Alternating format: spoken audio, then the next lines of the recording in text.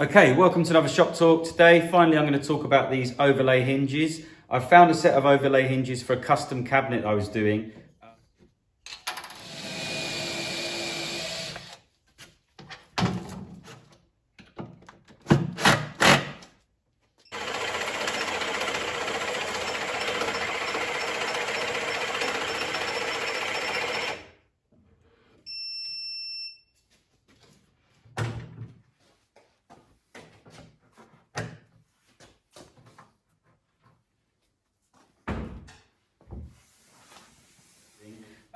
Which go from 19 to 30 mil full overlay, and they're still very slender, like the standard overlay hinge here, which does a 19 mil overlay. Doesn't look very different at all, and yet it does a massive overlay, really easy to install as well. Now, originally I was looking for the Blum hinge because it's quite a well-known make.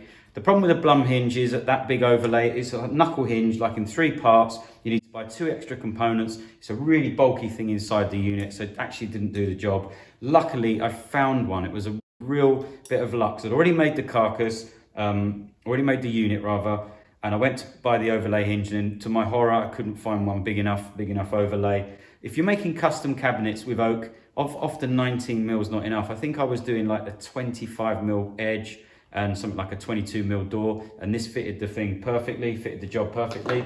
So if you're not sure what a full overlay means, this is a carcass here, this is the door, and that's the overlay there. So this is about 23 mil, so this is doing a 23 mil overlay.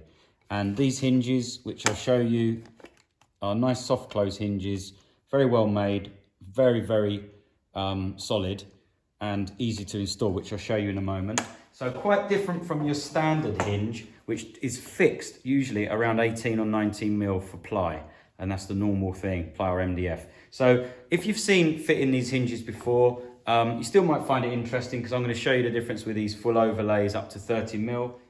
One of the main differences with the larger overlay, 19 to 30 mil, is that if you need to change between the 19 and 30 mil, depending on the thickness of your carcass, your offset is going to be determined by the edge of the door. So measuring from the edge of the door here to the start of the hole, which is a 40 mil hole.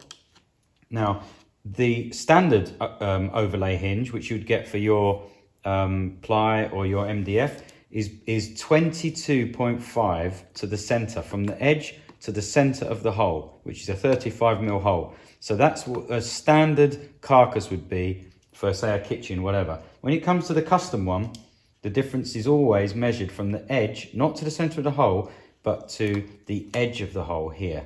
So in my case, 5 mil, because the thickness of my carcass is 22 mil.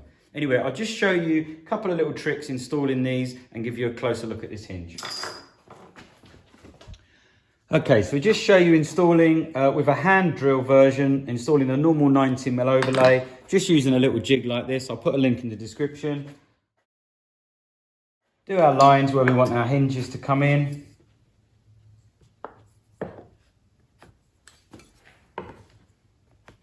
In here. We'll have this side will be on the carcass, so we go this side on the template. Center that.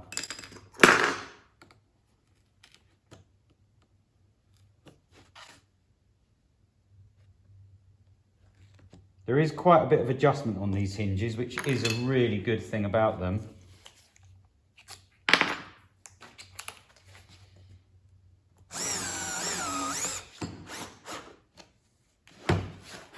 Okay, so that's the side on the carcass fitted. Now, fitting the 35 mil hole for this using, say, our Forstner bit. This is something I'd prefer to do on a pillar drill. But if not, you can get something like this. This is from BangGood. It's got a stop as well, so you know you're not going to go through the carcass. You just take your time because it does generate a lot of waste, especially on ply. Take your time, and that will be your stop point. So I think the standard, there's another one here you can get on BangGood. The standard seems to be 22.5 in from the edge on that one and 37 in on this one. Turn this jig over and mark in.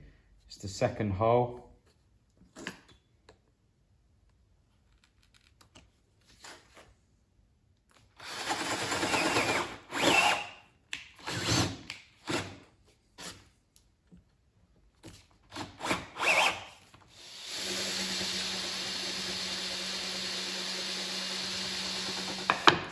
Okay, so I'm using a Forstner bit because we're dealing with some hard ply here. I did get some of these bits off BangGood, and the advantage is they've got a nice stop which is adjustable. The problem I found is they work really well on MDF.